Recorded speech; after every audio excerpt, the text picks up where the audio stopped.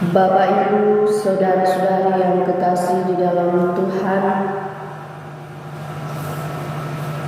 selamat pagi dan shalom. Patutlah kita naikkan syukur kepada Tuhan Yesus, sebab oleh kasih dan penyertaan-Nya kita boleh ada sampai dengan saat ini. Kita boleh dijaga dan dilindungi semalam yang telah berlalu, dan kita boleh ada di pagi subuh ini. Itu semua karena kemurahan Tuhan di dalam kehidupan kita. Untuk itu, Bapak, Ibu, saudara-saudari yang kekasih, sebelum kita melakukan segala aktivitas kita di sepanjang hari ini, marilah di pagi subuh ini kita mengambil saat teduh sejenak, menghadap hadirat Tuhan dengan beribadah bersama di saat ini. Mari kita berdoa. Ya Allah, ya Tuhan kami, saat ini kami tertunduk menghadap hadirat-Mu, mengucap syukur dengan segala kebaikan-Mu di dalam kehidupan kami. Sampai dengan saat ini Tuhan, Engkau tetap menyertai kami semua. Kami ada dalam perlindungan-Mu, kami ada dalam penjagaan-Mu. Kami semua boleh melewati peristirahatan kami dengan tidak kurang suatu apapun. Engkau telah menjaga kami semua, melindungi kami semua.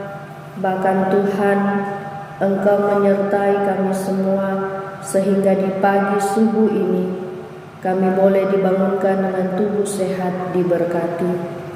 Terima kasih Tuhan buat segala kebaikan-Mu. Di kesempatan ini Tuhan, kami pun akan belajar firman-Mu.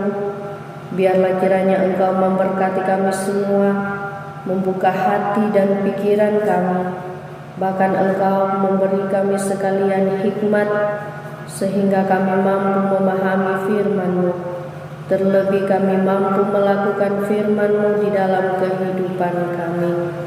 Berkati hamba-Mu yang Engkau utus pakai di saat ini Tuhan. Bahkan Engkau memberkati kami semua. Di dalam nama Tuhan Yesus, firman yang hidup. Amin.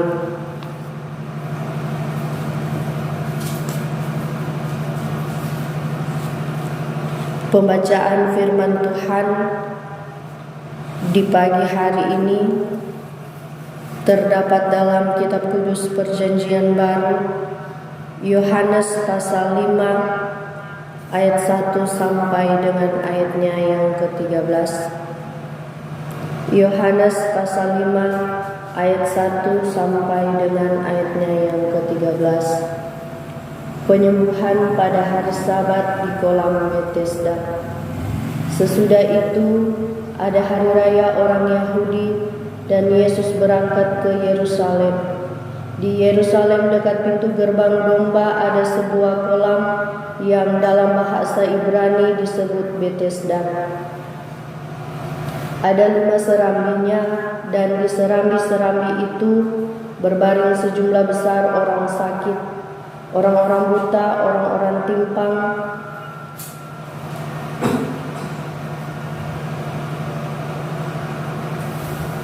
dan orang-orang lumpuh yang menantikan goncangan air kolam itu. Sebab sewaktu-waktu turun malaikat Tuhan ke kolam itu dan menggoncangkan air itu. Barang siapa yang terdahulu masuk ke dalamnya sesudah goncangan air itu menjadi sembuh. Apapun juga penyakitnya, di situ ada seorang yang sudah 38 tahun lamanya sakit. Ketika Yesus melihat orang itu berbaring di situ, dan karena ia tahu bahwa ia telah lama dalam keadaan itu, berkatalah ia kepadanya, "Maukah engkau sembuh?" Jawab orang sakit itu kepadanya, "Tuhan, tidak ada orang yang menurunkan aku ke dalam kolam itu apabila airnya mulai goncang. Dan sementara aku menuju ke kolam itu, orang lain sudah turun mendahului aku." Kata Yesus kepadanya, "Bangunlah, angkatlah tilammu dan berjalanlah." Dan pada saat itu juga sembuhlah orang itu, lalu ia mengangkat tilamnya dan berjalan. Tetapi hari itu hari Sabat. Karena itu orang-orang Yahudi berkata kepada orang yang baru sembuh itu, "Hari ini hari Sabat dan tidak boleh engkau memikul tilammu." Akan tetapi ia menjawab mereka, "Orang yang telah menyembuhkan aku, Dia yang mengatakan kepadaku, 'Angkatlah tilammu dan berjalanlah.'" Mereka bertanya kepadanya, "Siapakah orang itu yang berkata kepadamu, 'Angkatlah tilammu dan berjalanlah'?" Tetapi orang yang baru sembuh itu tidak tahu siapa orang itu, sebab Yesus telah menghilang ke tengah-tengah orang banyak di tempat itu. Sampai di sana batas pembacaan firman Tuhan. Yang dikatakan berbahagia adalah kita semua yang mendengarkan firman Tuhan, membaca firman Tuhan dan melakukan firman Tuhan itu di dalam kehidupan kita setiap hari.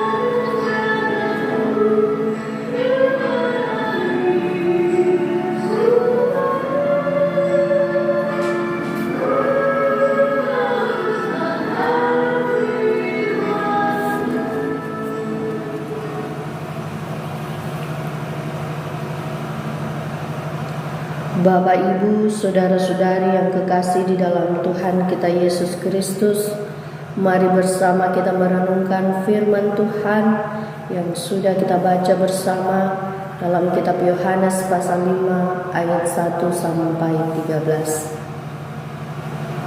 Hidup itu sebuah perlombaan di antara sengsara dan nikmat.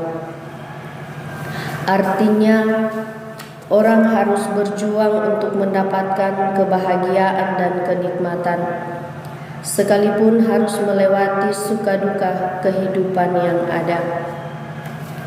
Tuhan tidak hanya mengaruniakan hidup secara otomatis dengan segala kenikmatannya, tetapi itu harus diperjuangkan.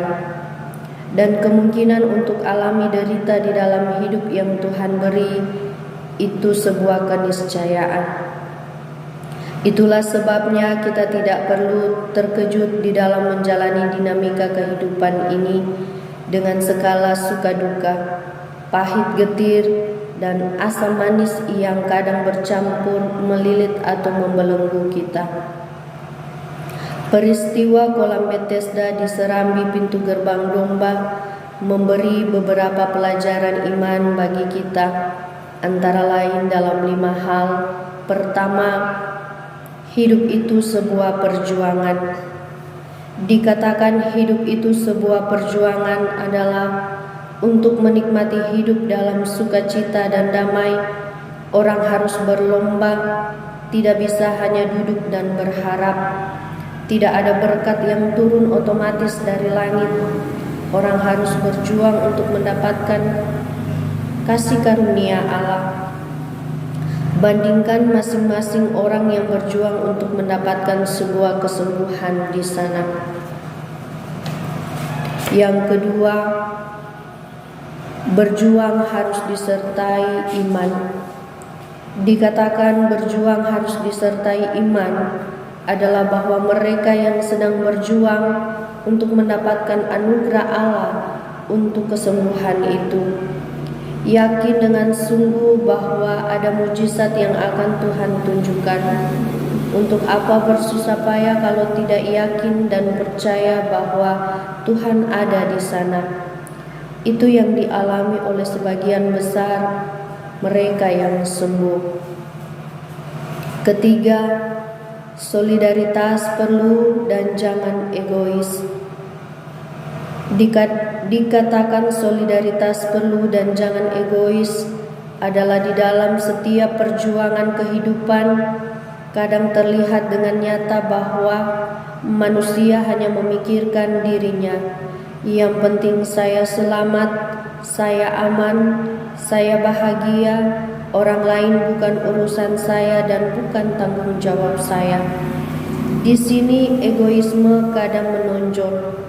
Itu terlihat dari mereka yang sedang berjuang untuk sembuh. Dan yang keempat, iman menyelamatkan engkau.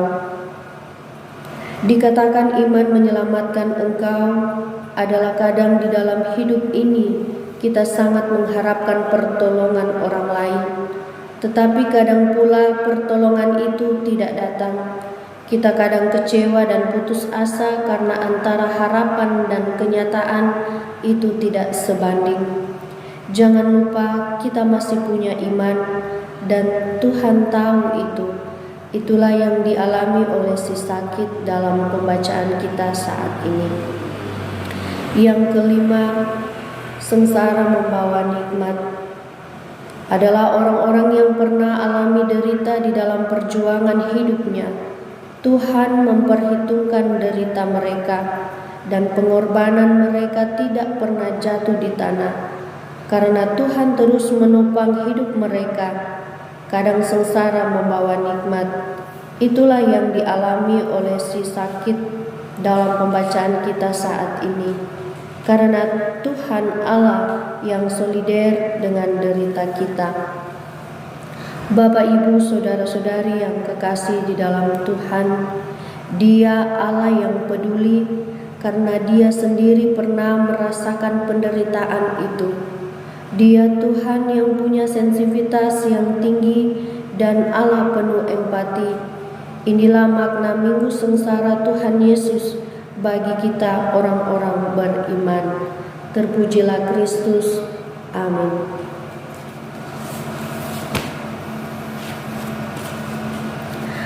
Bapak, Ibu, saudara-saudari yang kekasih di dalam Tuhan, mari kita berdoa. Tuhan Yesus, terima kasih sampai dengan saat ini Engkau tetap menyertai kami. Kami mengucap syukur di pagi subuh ini kami sekalian sudah boleh diperdengarkan oleh sebagian sabda firman-Mu. Firman-Mu begitu indah di dalam pendengaran kami. Biarlah firman-Mu ini akan menjadi pedoman di dalam setiap jejak langkah kehidupan kami. Firman-Mu terus mengajarkan kami untuk selalu berbuat baik di dalam kehidupan ini. Berikan Roh Kudus-Mu Tuhan bagi kami, sehingga kami mampu melakukan firman-Mu di dalam kehidupan kami setiap hari. Ajar kami untuk menjadi pelaku-pelaku firman-Mu yang setia, bukan hanya pendengarnya saja. Terima kasih Tuhan atas firman-Mu di pagi subuh ini. Ya Allah, ya Tuhan kami, saat ini Tuhan kami berdoa bersama untuk seluruh aktivitas kami di sepanjang hari ini. Tuhan, kami memiliki profesi yang berbeda-beda, aktivitas kami pun berbeda-beda. Tuhan sertai, Tuhan jaga, Tuhan lindungi kami semua di dalam kami melakukan seluruh aktivitas kami di sepanjang hari ini, mulai dari pagi subuh ini sampai dengan sebentar malam di saat kami akan beristirahat kembali. Biarlah tangan kasih Tuhan memberkati dan menyertai kami semua. Terima kasih Bapa di surga. Saat ini Tuhan, kami berdoa untuk jemaat-Mu, Gemis Jemaat Baitul Tamakoh.